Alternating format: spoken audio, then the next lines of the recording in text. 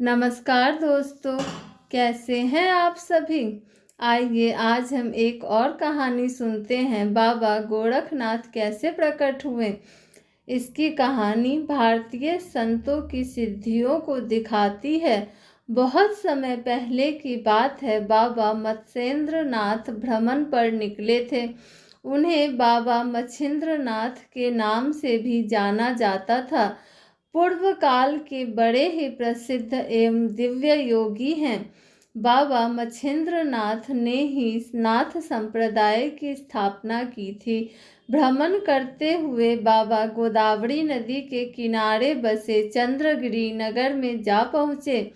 उस नगर में चलते हुए वह एक घर के सामने रुक गए। उस घर के द्वार खुले हुए थे।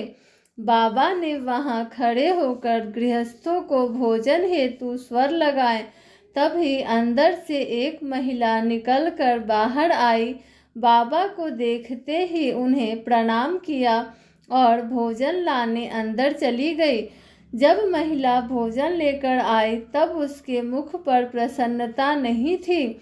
उसने आकर बाबा के पात्र में भोजन रख दिया। उसके मुख की उदासी देखकर बाबा समझ तो गए थे कि उसके दुखों का क्या कारण है, परंतु वह उस महिला से उसकी इच्छा जानना चाहते थे। बाबा मत्स्येंद्र नाथ ने उस महिला से उसकी उदासी का कारण पूछा। महिला ने अश्रुपूरित आंखों के साथ बाबा से कहा, बाबा मैं निसंतान हूँ। बाबा ने विभूति देते हुए उस महिला से कहा, देवी यह विभूति खा लेना, निसंदेह आपके घर पुत्र पैदा होगा। यह बोलकर बाबा वहां से चले गए। अब महिला विचार में पड़ गई कि उसे यह विभूति खानी चाहिए या नहीं खानी चाहिए। एक तो लोक लाज की बात भी थी, दूसरा आसपास की महिलाओं ने भी उस महिला को विभूति नहीं खाने की सलाह दी थी। सारी बातें सोचने सुनने के बाद उस महिला ने विभूति को नहीं खाने का निर्णय लिया। उस नगर में एक स्थान था जहां वर्षों से लोग गोबर जमा करते थे, फिर बाद में उस गोबर को खेती में उपयोग करते थे।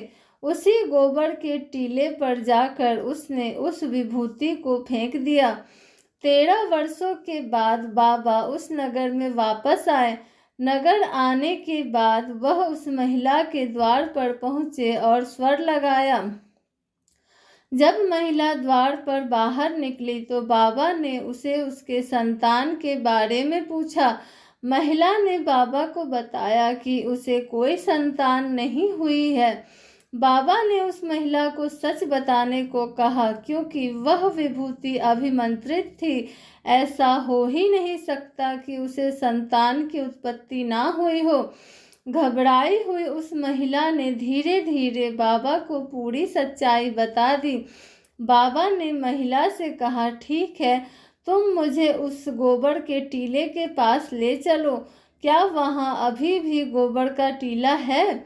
महिला ने उत्तर देते हुए कहा, हाँ बाबा, सालों से वहाँ हम लोग गोबर जमा करते हैं। महिला बाबा को गोबर के टीले के पास ले गई।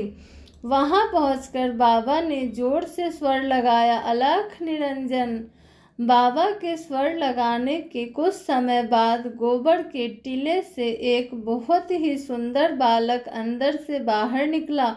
महिला और गांव वाले गोबर के अंदर से निकले बालक को देखकर अचंभित रह गए।